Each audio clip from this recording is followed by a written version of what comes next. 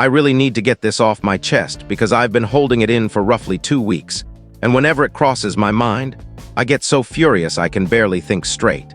I'm 26, my ex-boyfriend Matthew is 28. We dated for just over a year and a half. We met through shared friends at a backyard barbecue, clicked right away.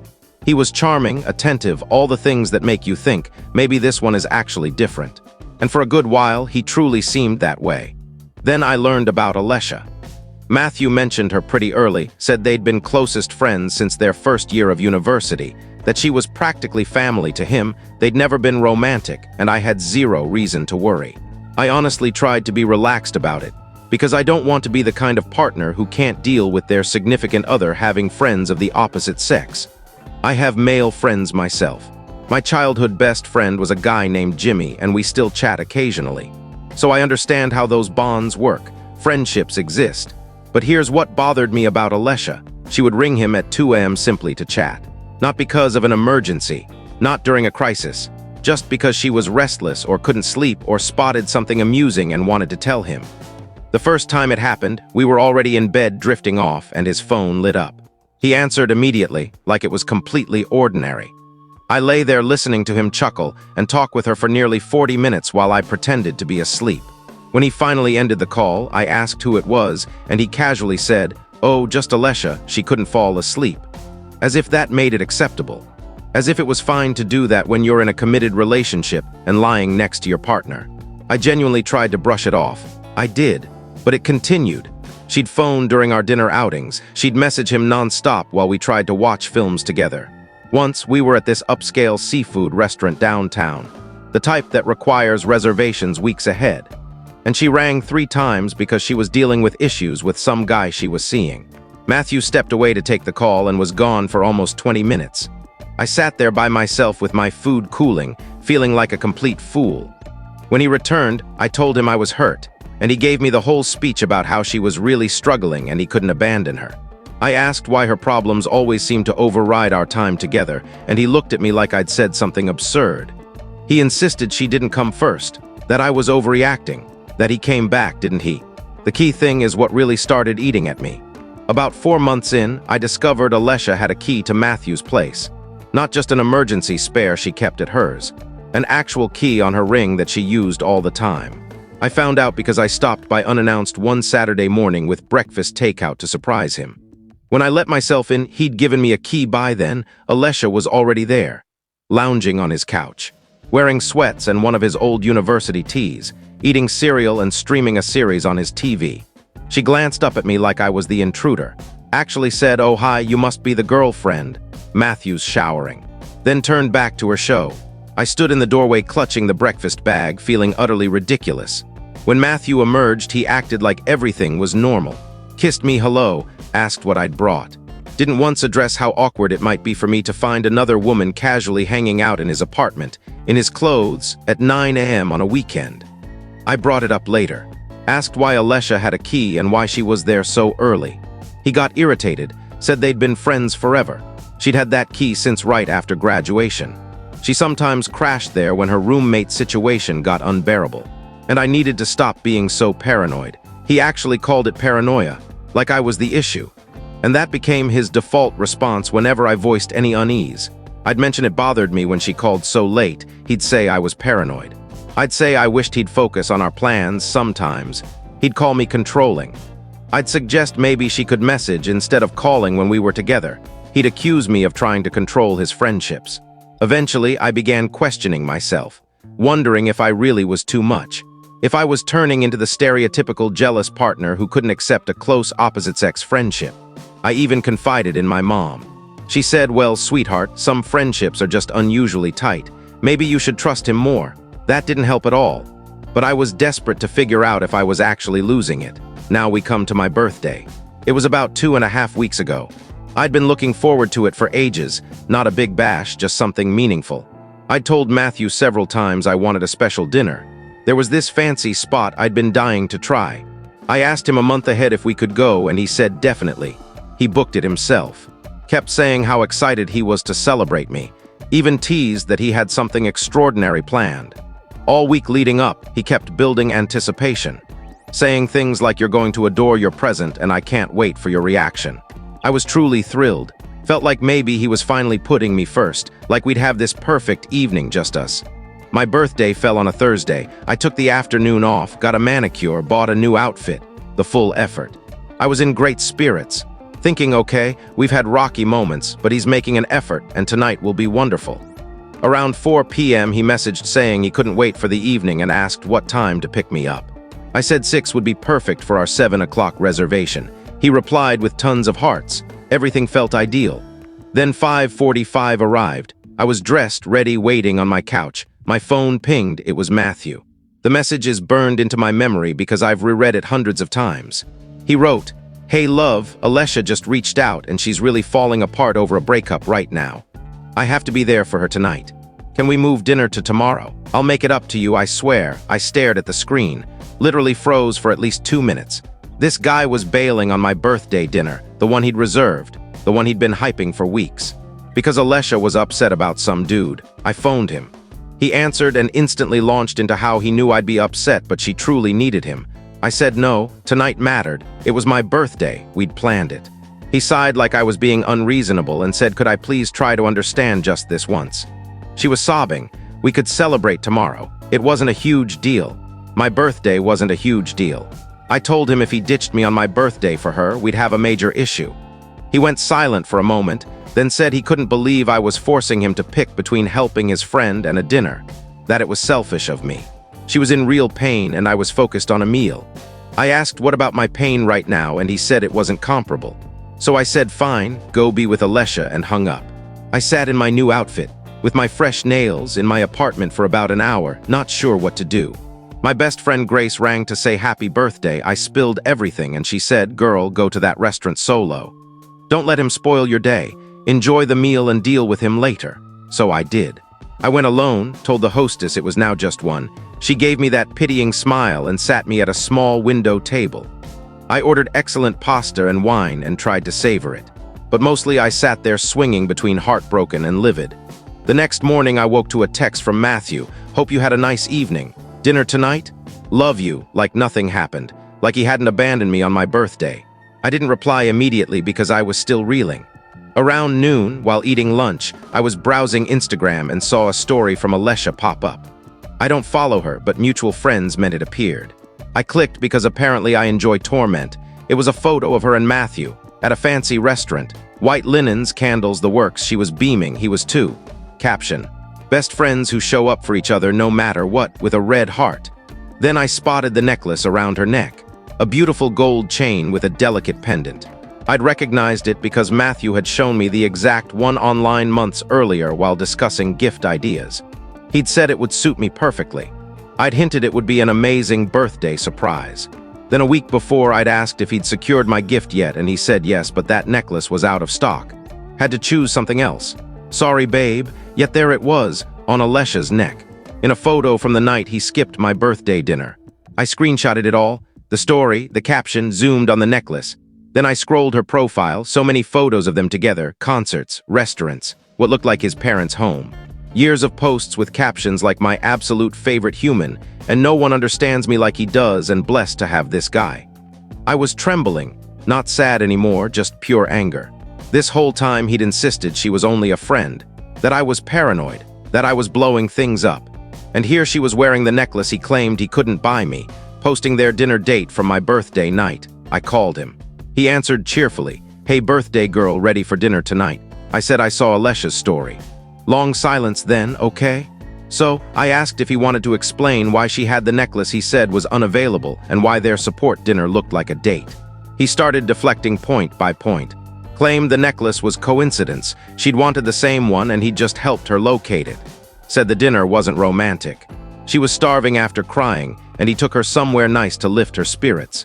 Insisted I was seeing things that weren't there and making him feel like a terrible partner when he'd only ever been supportive. I asked supportive how? By skipping my birthday, lying about the necklace, making me doubt my sanity every time I raised valid concerns. He shifted, saying I was twisting facts, that I always hunted for reasons to be angry, that maybe my own paranoia was the real issue, not his actions. Said Alessia had mentioned months ago that I appeared envious of their bond. Maybe she was onto something, so they discussed me behind my back. Fantastic. They talked about my supposed jealousy. I said I didn't want dinner, needed time to think. He called me dramatic, said if I ended us over one misunderstanding, that was on me. I hung up again. That evening, Grace came over with wine and ice cream and listened to me rant for hours. She asked what I'd do, and I said I wasn't sure, but I was finished pretending this was acceptable. The following days felt strange. Matthew kept messaging like everything was fine. Good morning texts, how's your day? Jokes and memes as if we were still solid. I replied minimally while deciding, but each message fueled my anger. Then the weekend arrived and things got revealing. Matthew has this college friend circle, guys he sees often. One is Russell, whom I'd met a few times at group hangouts. Decent guy, quiet, always seemed thoughtful. He'd actually messaged me happy birthday that day, sweet gesture since we weren't close. Saturday afternoon, Russell DM'd me on Instagram. We followed each other from those events. He asked if I was all right because he'd heard from Matthew we were arguing, and Matthew's side didn't add up. I wasn't sure what Matthew had shared, so I said, yeah, we're navigating some issues and I'm sorting my feelings. Russell said he didn't want to intrude, but if I ever needed to talk, he was available. His tone suggested he knew more. I asked what Matthew had told the group. He said Matthew claimed I'd gotten jealous over Alessia again, was exaggerating everything, and would likely dump him over nothing. That I was emotional and unreasonable. So Matthew was already shaping the narrative, making me the unstable one. So when I ended it, everyone would blame me. I asked Russell if he believed Alessia was truly just a friend. He paused before replying. Then, look, I've known them both forever, and there are things that aren't my story to tell. But you deserve the complete truth before deciding anything. I asked what he meant. He suggested talking face-to-face for proper context. Asked if I'd meet for food that week. No obligation, just as someone who'd observed the group dynamics for years. I agreed. That's where I was, supposed to meet Russell Tuesday. I hadn't formally ended things with Matthew because I wanted Russell's insight first. Matthew thought we were just in a rough patch and kept acting like enough sweetness would fix it. Alessia posted another story yesterday, a shot of flowers captioned from my favorite person, and I nearly hurled my phone. I felt like major revelations were coming, and I wasn't sure I was prepared but couldn't stay in this limbo knowing something was deeply wrong without all the facts. Has anyone experienced this? Feeling like something's seriously off, but everyone insists you're imagining it. I've felt insane for months and am finally gaining clarity. We'll update after talking to Russell. Update. First, addressing comments from the original post. Many of you urged me to dump Matthew immediately and skip meeting Russell. I understand why, but I needed the full context for my own closure. Not for Matthew, but for me. I'd spent over a year feeling like I was going mad, and I needed confirmation that my instincts were correct, that I wasn't fabricating everything. So Tuesday arrived, and I met Russell at a casual taco spot near my place. Not crowded, good for real conversation. I arrived first, grabbed a back booth. Felt incredibly anxious when he walked in, like I was about to learn something irreversible. He joined me and we did light chat at first. Work updates, weeks so far. I could tell he was easing into the heavy stuff. I appreciated that he didn't jump straight into bombshells. He got a drink, then asked how much I really knew about Matthew and Alessia's past. I repeated Matthew's version, university friends since year one. Incredibly close, sibling-like, never romantic. Russell nodded slowly, then said, yeah, that's the story Matthew gives everyone. I asked what he meant. He sighed and said, I'm not here to cause trouble or end your relationship, but you're clearly a decent person. And I've seen Matthew do this pattern for years, keeping Alessia central while dating others. It always ends identically. Girlfriends get uneasy.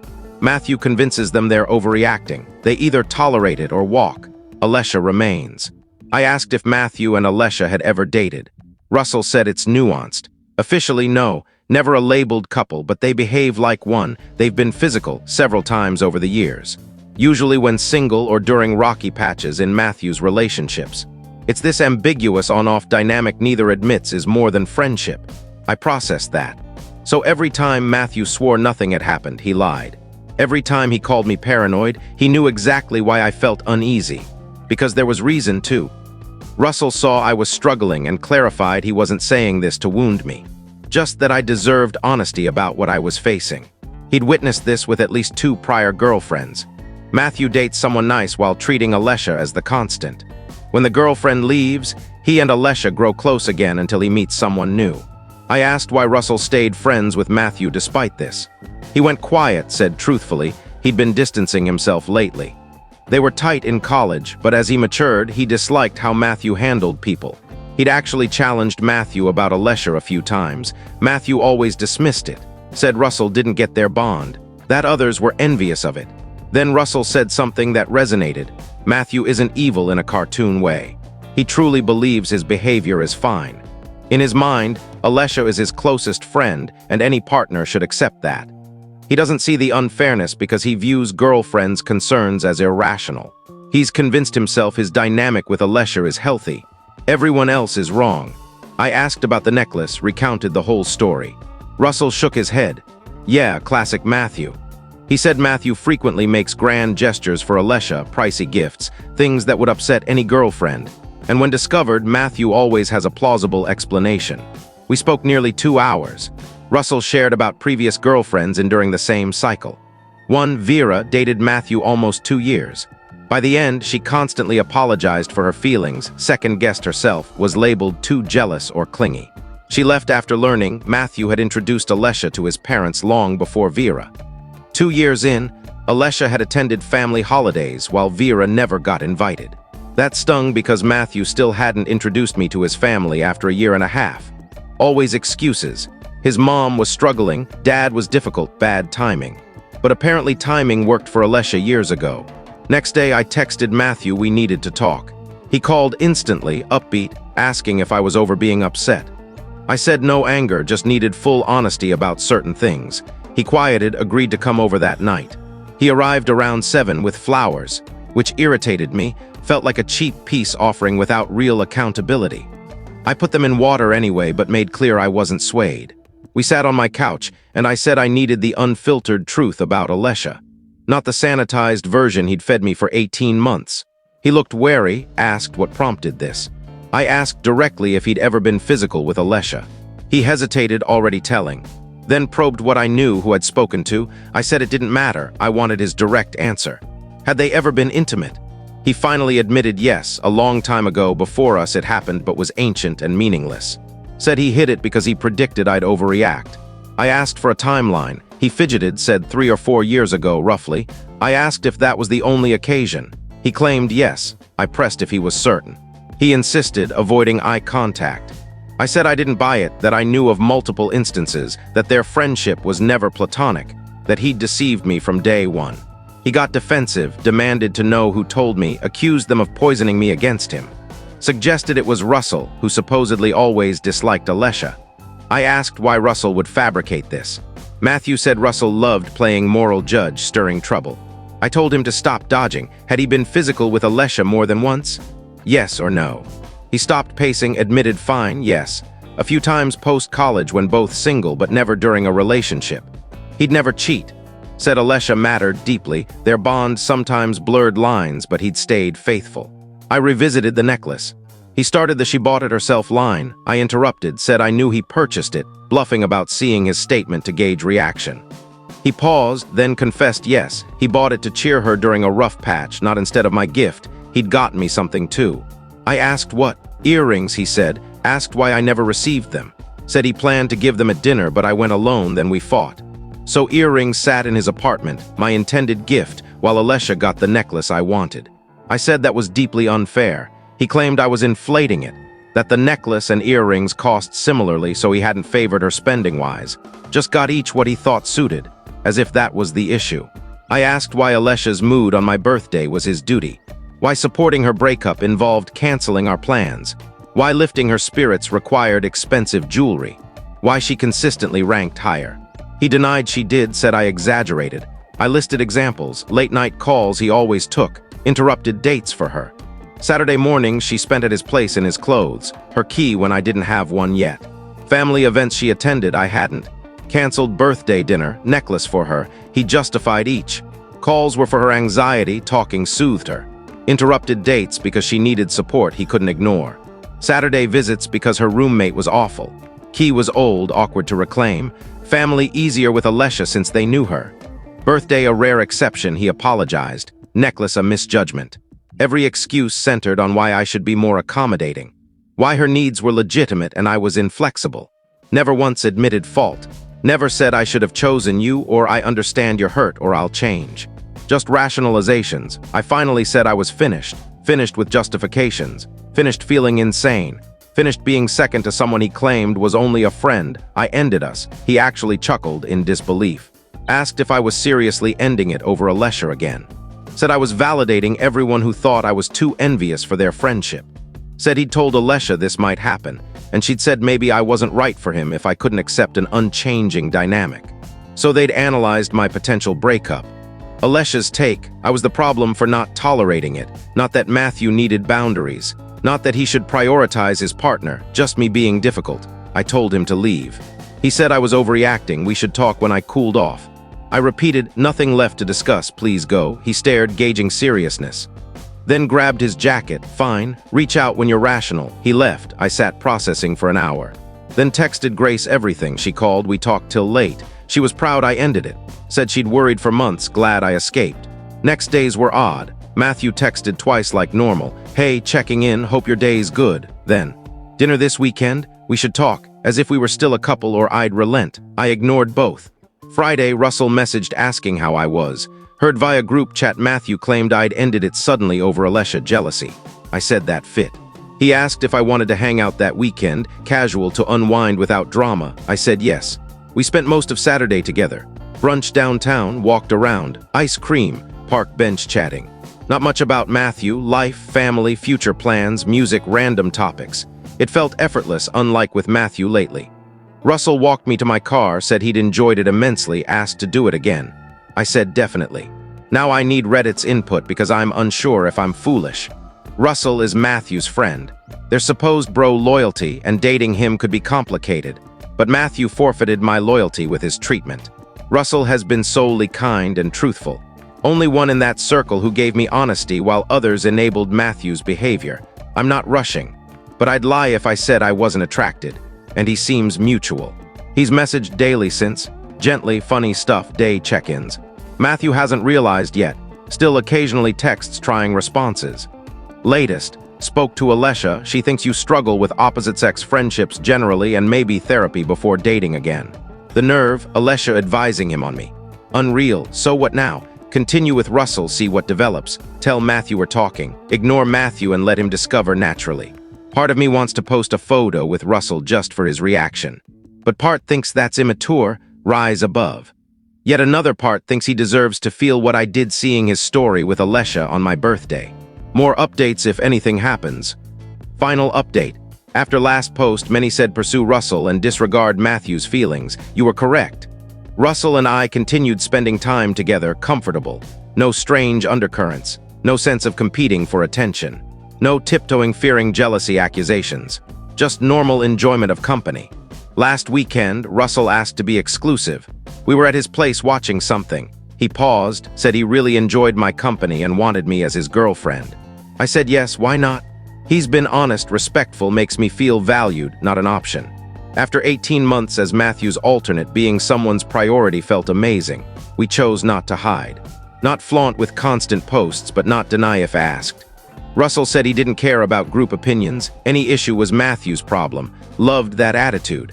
The circle learned quickly. Someone spotted us at dinner holding hands, very couple-like. Word reached Matthew in days. A friend James texted Matthew confirming, and that ignited everything. Matthew appeared at my apartment Thursday till the 9 p.m. no warning text or call.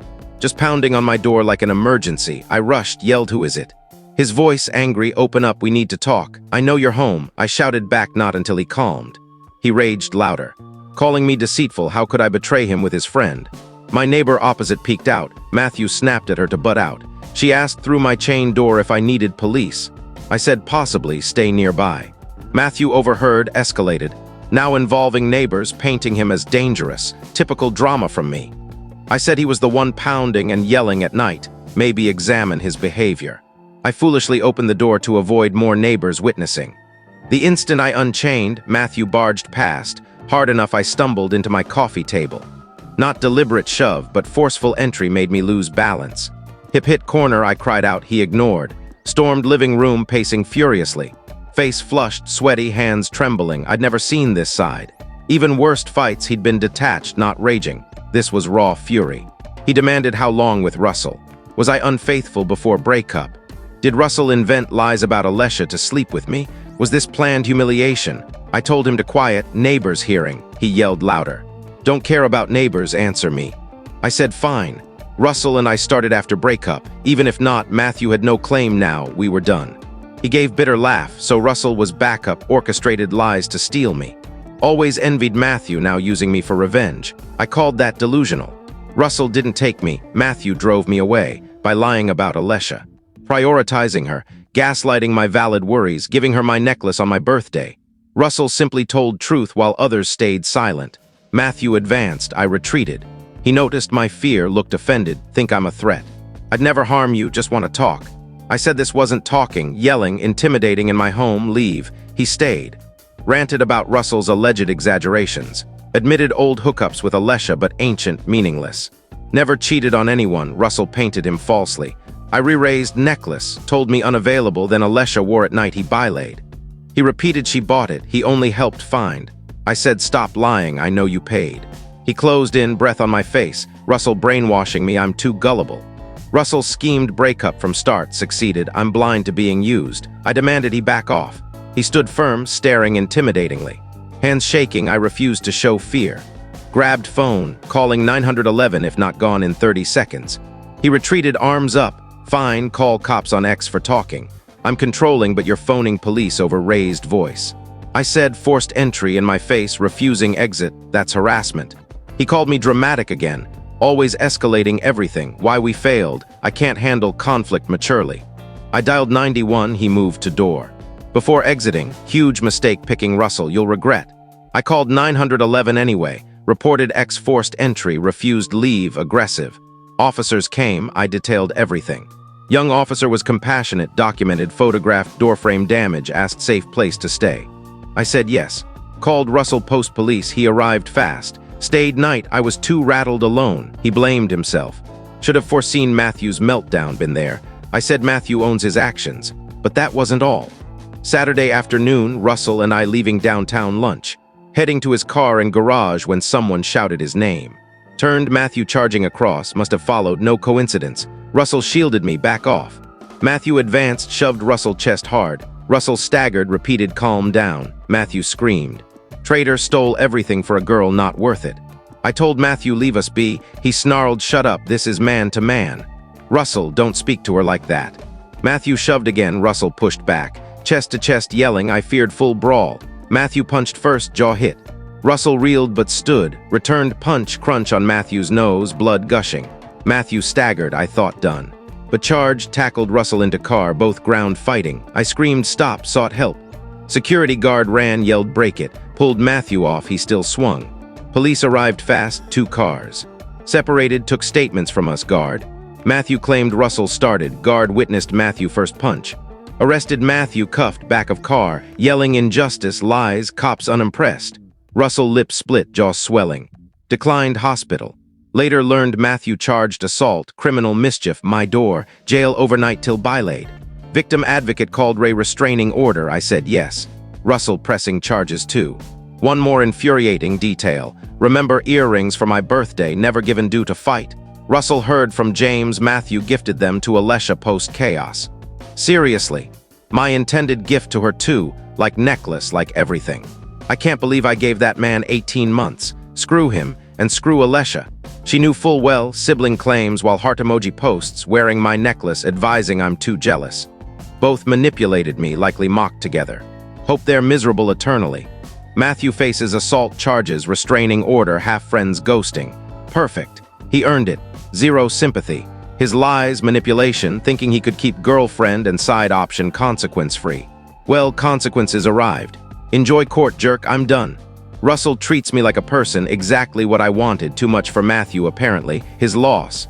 Alessia can keep him. They match in toxicity, thanks Reddit for support.